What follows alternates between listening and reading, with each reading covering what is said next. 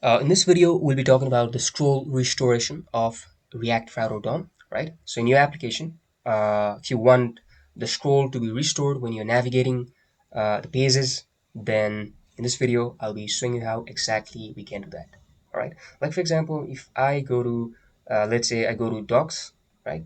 And I scroll a little bit and I went to this nested route section, right?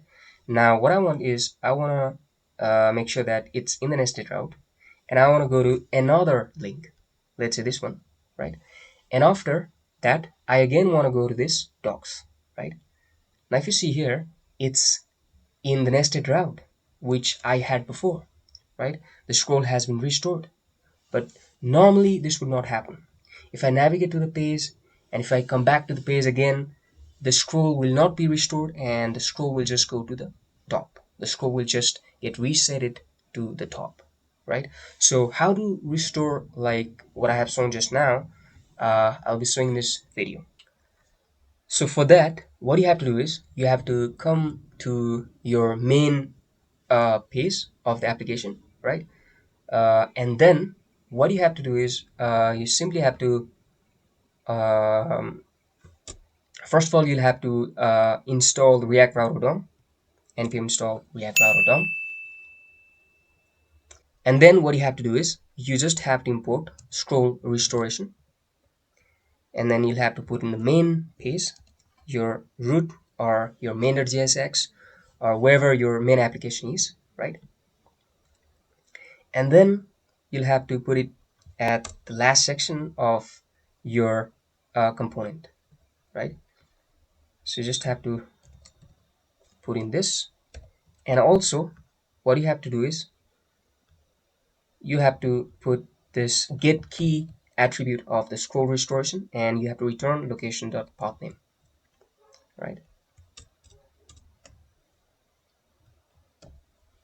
So yeah, so now I'd like to show what happens if I would not use this. Okay, so let's see. So I'd like to refresh the page so that everything begins from fresh, right? Now what I want to do is I am in the doc space. Now I want to scroll a little bit and go to the nested route. Now you can see it's a nested route, and keeping it to nested route, I want to navigate to another page like before, right?